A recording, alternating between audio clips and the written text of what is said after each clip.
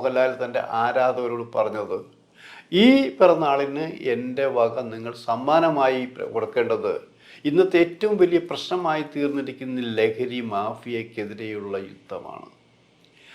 അതിന് വേരോടെ, അതിൻ്റെ പുറമല്ല, വേരോടെ പിഴുതെറിയാനുള്ള സംവിധാനമാണ് നിങ്ങൾ ഉണ്ടാക്കേണ്ടത്.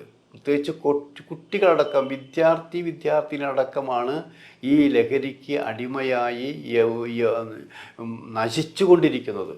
അപ്പം അതൊരു പ്രധാന ഘടകം.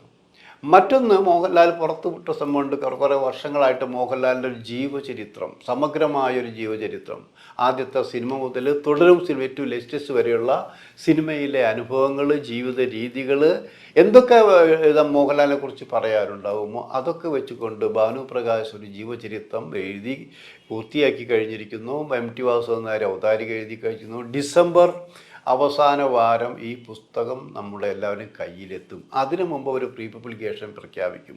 മാതൃഭൂമി ബുക്സാണ് ഈ പുസ്തകം പ്രസിദ്ധീകരിക്കുന്നത്.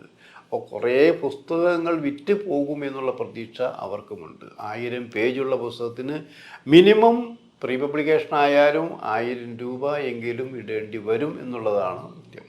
അപ്പോൾ ആ രീതിയിലും പിറന്നാൾ ദിവസം വന്നിരിക്കുന്നു. മറ്റൊന്ന്, പിറന്നാൾ ദിവസം വൃഷഭ എന്നുള്ളൊരു സിനിമയെക്കുറിച്ച് എൻ്റെ പോസ്റ്റർ വന്നിരിക്കുകയാണ്.